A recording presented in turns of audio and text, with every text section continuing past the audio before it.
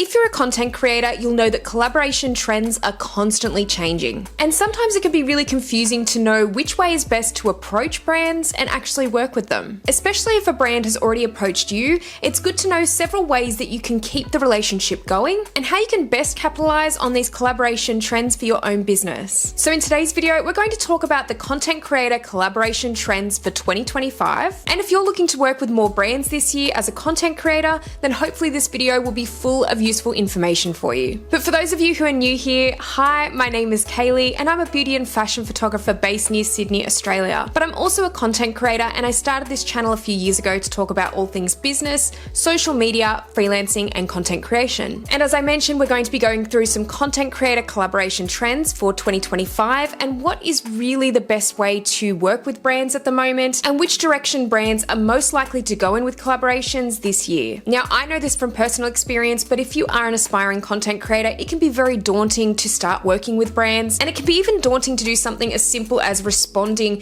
to a brand request if someone has already approached you about a brand collaboration. It's hard to know the specifics of how it all works if you've never actually had to do it before. And it's also hard to know how you can capitalize on different opportunities with brands and really make some of those collaborations more longer lasting. And that's something I'm really going to discuss on my first point today, which is that you should be aiming for long-term collaborations with brands, not short-term. I think it's actually been like this for a little while now, but I definitely see it continuing into 2025. Brands are really looking at collaborating with content creators longer term versus short term at the moment because it can tend to create a little bit more authenticity. And this is a really good thing for creators because it really stops you from feeling like you're a walking billboard at times when you have to take so many different brand deals from lots of different brands at any given time. And sometimes it can feel that way because obviously you need to make money, this is your business, and especially if it's the only income you have in your life, this is where it's really important to obviously capitalize on opportunities like I was saying before. And I do think in this situation, a lot of creators do feel the need to take on every single brand collaboration that they may receive. Working with more select brands in a long-term sense, I think really helps feed that authenticity for your audience, and it helps them to see that you're not really switching and changing up brands every 5 minutes and working with a million different brands at once. It's really just kind of being a little bit more selective. And I think this really ends up having better reach for the brand because in the end, they are continuously promoting with you and your audience. And when your audience is continuously seeing these promotions by this specific brand, it tends to stay in your head a lot longer and you tend to kind of go back to those brands a little bit more quickly versus just doing a really short-term collaboration of say one integration on YouTube and that's it. And it's only that one opportunity for your audience to see that brand integration, and hopefully they do, because as we also know on YouTube, not all of your audience is going to see all of your videos or all of your subscribers. Every video is going to be different in that sense. So working with brands longer term on several integrations over a longer period of time is going to help with their promotion and their reach to your audience. It's going to give them a lot more chances to access different portions of your audience depending on the videos that you're putting out. Now, I am mentioning specifically YouTube here because this is something that's very popular with YouTube, especially for brands to do long-term collaborations. However, this is definitely becoming a thing on TikTok and Instagram as well. And you will tend to see some creators working with brands long-term on shorter form platforms as well. So usually how this works is the brand may do a test with you first, and sometimes this can involve a single integration or it can involve several integrations. What I actually like to do when I start working with brands for the first time is offer them an introductory package where I can offer them a dedicated video with YouTube and 2 integrations. And I usually do these across 3 months. I like to have an integration video first off in the first month and just kind of introduce the brand to my audience. Then I will usually do a dedicated video the month afterwards and really go in depth about what the brand offers, what they're about, and then finally do another integration to kind of make sure it sticks in people's mind for the 3rd month. And a lot of the time this works out as more of a test package for brands who will then decide after the 3 months whether they want to renew the contract and continue doing collaborations with me, in which case they might sign on for another 12 months, 6 months, something like that. Sometimes you may be lucky enough to have a brand approach you and they already want to sign you up for a 6-month contract or a 12-month contract. It really just depends on the brand themselves and what they're after, but I will always try and sway brands in the direction of having several integrations these days, specifically for YouTube. And really it does come down to the opportunity for them to have more reach and more possibilities of reaching a larger portion of my audience in particular, but it's also creating a lot more stability for me because I know that if I am creating 3 videos across 3 months to start off with. For 3 months, I'm also getting a little bit more of an income. But again, I think it comes across a little bit more authentic instead of just picking a million different brands to work with or saying yes to every brand collaboration deal, because I feel that if you end up doing that, you'll end up having a lot of work to do for one, which actually integrations for YouTube can be quite a bit of work, and especially dedicated videos. But also, as I mentioned at the beginning of the video, you don't want to be a walking billboard, and that's something that I do try to avoid. I don't want my entire income from content creation to have to come from just doing brand collaborations. So it is nice to work with brands who I trust and who I feel that have a really, really good product to offer my audience.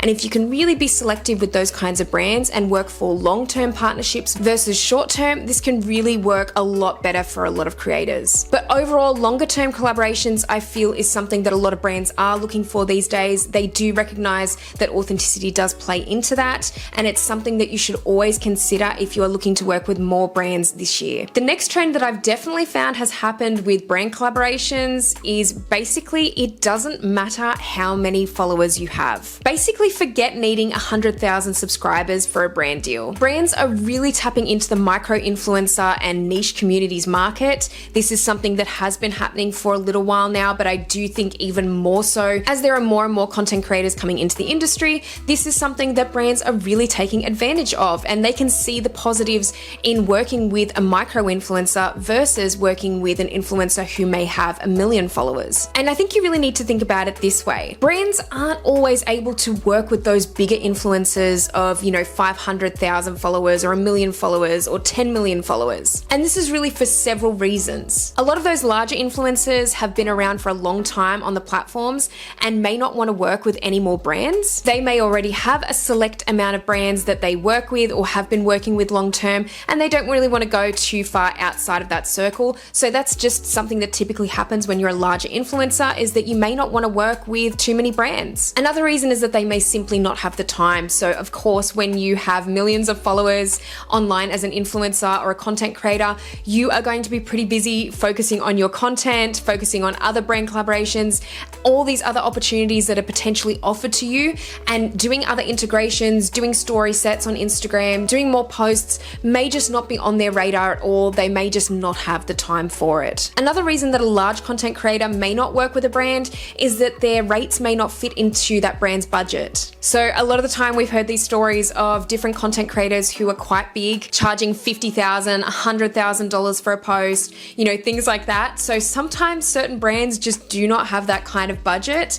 and immediately it's just going to be a case of we're not able to work with them. And then another great reason as to why many brands would shift to micro influencers or micro content creators is the fact that there may not be too many big players in a specific niche communities. So what I mean by this is if you have a specific niche and there might be a few big content creators in this particular niche community, but not a really large amount, then it kind of gives a brand not too many options to choose from when it comes to those bigger influencers anyway. So they really have to start looking elsewhere. And there's lots of other reasons as to why brands may not necessarily feel the need to work with a much larger influencer, or maybe potentially can't. So there's definitely a lot of opportunities for those mid-sized creators and smaller creators out there. And also working with like 100 micro influencers versus working with one influencer who has maybe over 5 million subscribers or followers is going to give that brand potentially a little bit more reach to different audiences and really give them as much chance as possible to kind of tap into those communities. Plus, I think there's a lot of brands at the moment that are actually taking a punt on some creators, smaller creators in particular, who they feel are actually going to explode in growth in the next couple of years. And I think that some of them are really taking notice of those content creators. I've definitely seen this happening with a few creators here on YouTube in particular, and I think that that's great. I think that it's great to see these bigger brands supporting those smaller creators in the hope that they're really going to grow, and those brands want to be there for when they do grow their channels or grow their social media presence. Now, the next trend for content creator collaborations is that UGC is keeping strong. So for those of you who don't know what UGC is, UGC stands for user generated content, and this type of content is often videos that are utilized as advertisements, and this can be for Instagram, TikTok, it can be for here on YouTube as well. Brands will often approach content creators to make these short videos as an advertisement that they can then utilize on their own social media platforms and then also boost them through paid advertising. Now, I think UGC is great for a lot of smaller creators out there because really really UGC doesn't actually have to be posted on your own social media platforms.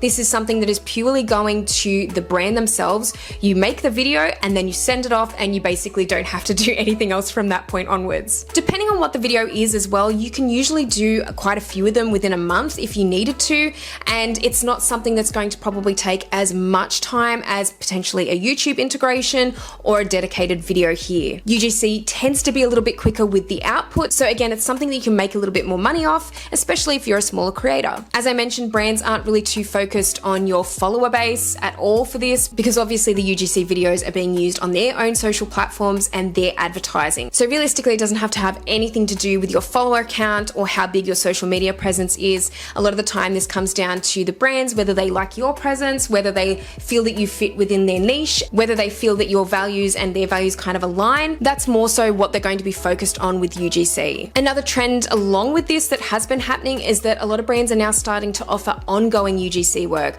So for example, if you've done one video for them, then quite often they may come back to you with another request or ongoing requests, potentially to sign you on for a contract for 6 months or 12 months to make UGC videos and just continue on that relationship that way. So that's one thing that's really definitely stood out to me, especially in the last few months. I found that UGC is definitely growing and keeping strong, but also kind of expanding into that realm, like I was speaking about before, of long-term partnerships, like a lot of other social media integrations and posts. Another content collaboration trend is that cross-platform promotion is key. This is one of those ones that has been trending, I think, for a while now, and if you've got more than one social media platform, whether that's Instagram, TikTok, YouTube, or others, it is a great way again to capitalize on different opportunities with brands if you are promoting across those platforms instead of just one. Now, brands really love to package their collaborations and partnerships with creators, and one of the ways that they'll often do this is if you have a YouTube channel, for example, and they want you to do either a dedicated video or an integration. If you have an Instagram account as well, they may then also ask for a story set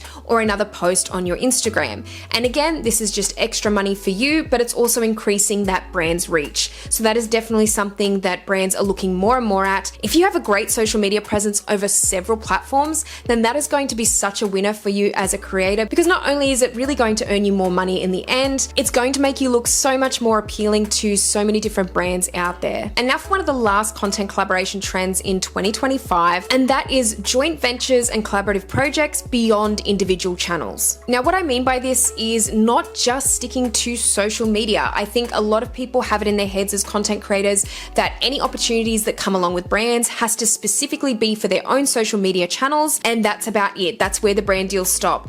That is not the case, and this is something that's actually becoming more and more popular with a lot of brands, is to really work with content creators on lots of different levels, not just through their social media platforms. Now, we've already spoken about UGC, and that is definitely something that is staying strong at the moment, and I'm sure will keep growing in 2025. Now, some of these different methods that brands might use to work with you might include actually presenting in some videos that they want to post onto their YouTube channels or their Instagram account, TikTok account. They may actually want you to kind of be the face of their brand for something in particular. This could also lead into educational videos. Now, I know that a lot of brands that I've worked with in the past have been educational brands, or they have had products that may require educational content, in which case they have sometimes asked me to present that educational content, or essentially to be that face of those educational videos. This can also lead into things like blog post features, which I have also been paid for in the past by different brands. And I really think this is something that you should think outside the box a little bit with, and really not just always focus it to social media, because there's lots of different ways that you can be working with brands,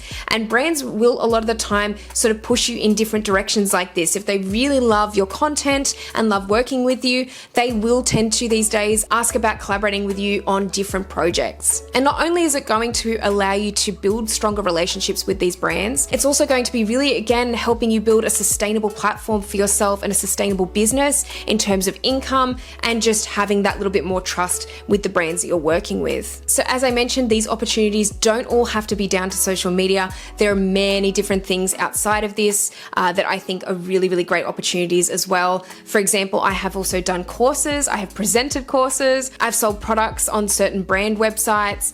There's lots of different ways that you can collaborate with brands these days, and these are just some of the trends that I've mentioned today in this video. I think that all of these trends are really going to continue this year, and it's definitely something to be aware of. Well, thank you so much for watching this video today, and I hope you enjoyed it. If you liked it, please give it it a thumbs up, and if you haven't subscribed to my channel already, make sure you do because I'll be posting a lot more in future. Let me know down in the comment section below what trends you think are going to be happening in 2025 for content collaborations, and what are some of the things that you've noticed with brands, and if you're hoping to work with more brands this year. Let me know down in the comment section, I'd really love to know. Also, make sure to hit the notification bell to see all of the updates from my channel in future. But thank you so much as always for watching, and I'll see you in the next video.